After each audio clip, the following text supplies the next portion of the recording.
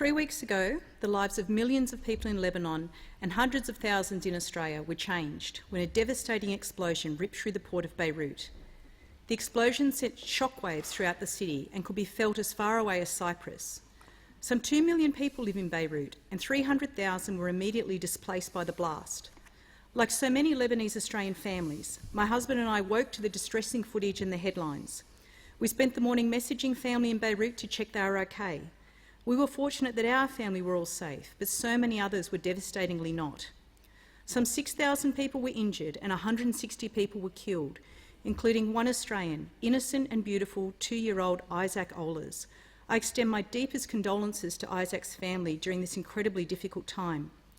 I cannot begin to fathom the despair of those who have lost loved ones, the mother waiting for a child who never came home, the father who will never meet his newborn, the children who will live without their parents, the spouses who will live apart as one of them is embraced in God's love and light. My heart breaks for the people of Lebanon. They and the entire international Lebanese diaspora are in mourning. As one of my extended family members described so movingly, mourning the people, the innocence, the city, the heritage, the culture, it is a constant state of hope and despair. My heart aches for the families of those who have lost loved ones or are suffering mental or physical trauma, and I commit to doing all I can to support the 500,000 people in need of immediate assistance. Australians are a compassionate people. We have a proud history of supporting those in desperate need of our help.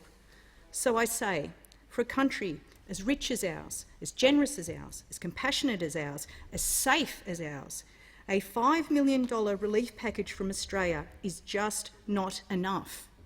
This is a nation struggling with the triple whammy of political instability, economic ruin, COVID-19 and now a tragic incident that has crippled Lebanese import capacity and left so many without homes or jobs to which they can return. The financial toll of the blast is expected to surpass $3 billion. Yet Australia's taxpayer contribution to the mother nation of so many of our proud citizens is only deserving of half of what was found in recent weeks for Fox Sports. In addition to this aid, there are a number of measures Australia can initiate to support the Lebanese people. As suggested by Father Sami Chaya, my cousin in Beirut, the urgent reconstruction of one of the 5 hospitals destroyed in the blast, or the sponsorship of some students in affected areas to finish their university studies in Australia would go a long way to support the quality of life of the Lebanese people. So how can Australians help? Some NGOs, both in Lebanon and Australia, are providing emergency relief to those in need. The Lebanese Red Cross is the main provider of ambulance services in Lebanon and is playing a critical role in treating people affected by the blast. In some parts of Beirut, access to food is becoming increasingly difficult. The Lebanese Food Bank distributes dry food parcels to needy families and has done so for some time.